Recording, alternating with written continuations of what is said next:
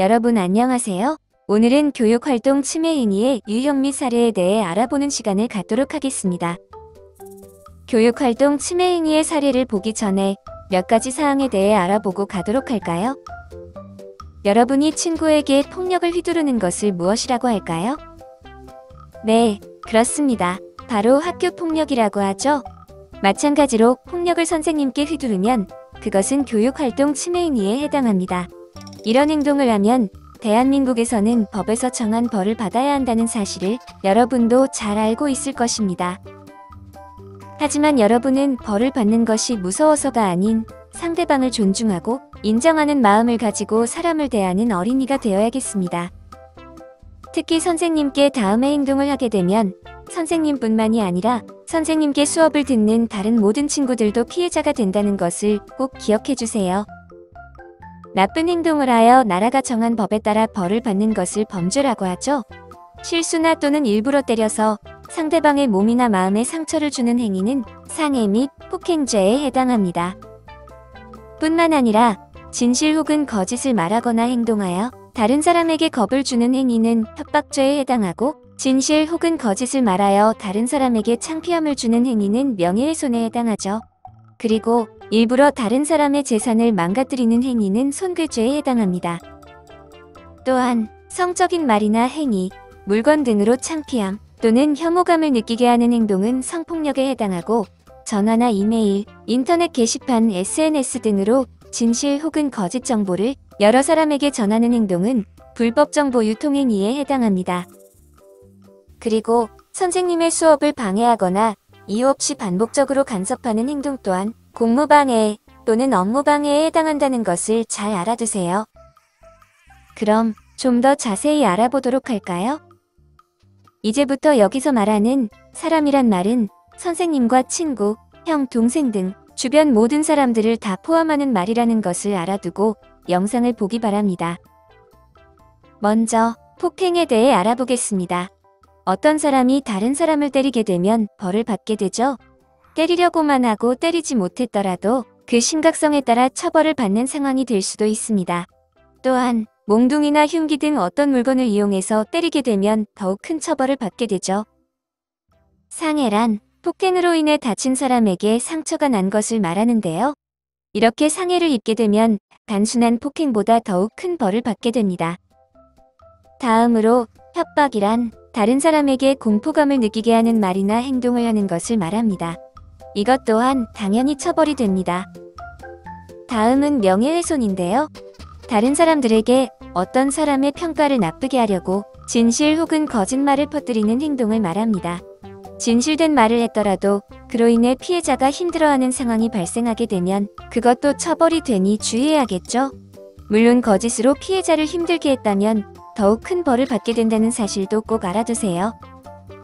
다음은 모욕입니다. 모욕이란 다른 사람들 앞에서 어떤 사람의 욕설 혹은 행동을 해서 그 사람의 평가를 나쁘게 한 경우를 말합니다. 다음으로 재물손괴란 다른 사람 혹은 단체의 물건을 함부로 망가뜨리거나 사용하지 못하게 하는 행동을 말하는데요. 그림에서 보는 것처럼 학교의 물건에 낙서를 하거나 학교 유리창을 깨뜨리는 등의 행동이 여기에 해당합니다. 다음은 성희롱입니다. 성희롱이란 남녀 간의 차이를 말과 행동 등으로 사람에게 수치심 또는 혐오감을 느끼게 하는 행동을 말합니다. 다음, 성범죄란 다른 사람의 남자, 여자로서의 보호받을 권리를 존중하지 않고 신체적으로 접촉하거나 강한 수치심을 느끼게 하는 모든 행위를 말합니다.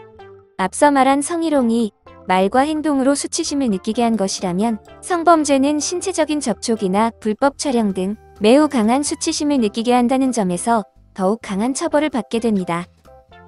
다음은 불법 정보의 유통 금지에 대한 내용입니다. 정보통신기기, 즉 문자나 카톡, 페이스북, 인터넷 게시판 등을 사용하여 피해자에게 명예훼손 및 협박, 모욕 등을 하였다면 바로 불법 정보 유통 금지 사항을 위반한 것인데요.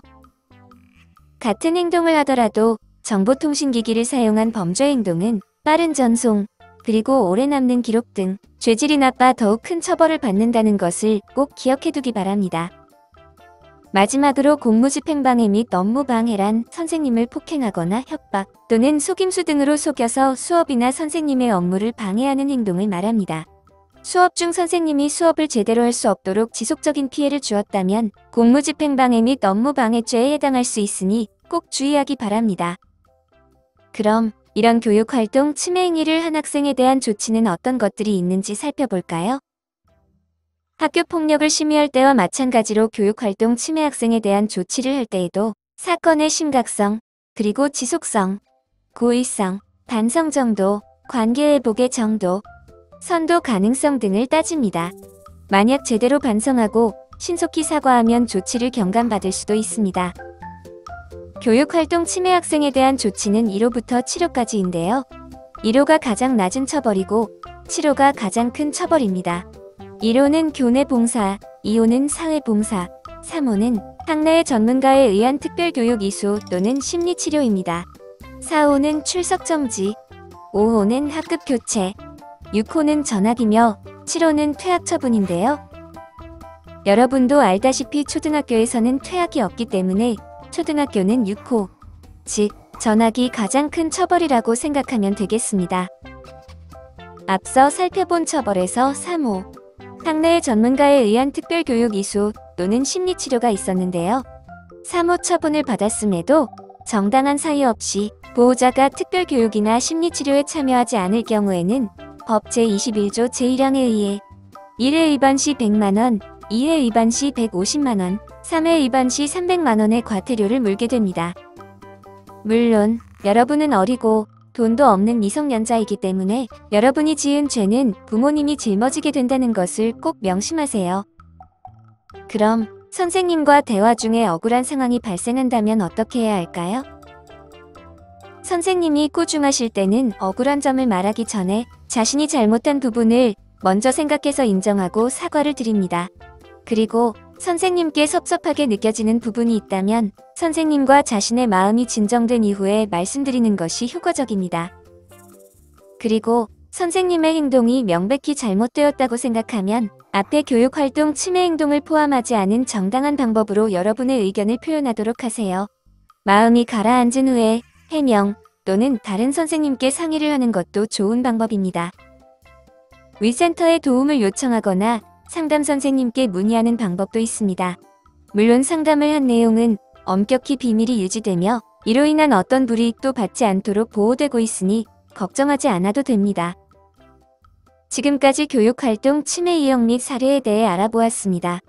나와 친구들이 더 좋은 교육을 받을 수 있도록 모두가 서로를 존중하는 학교를 만들어가도록 합시다. 감사합니다.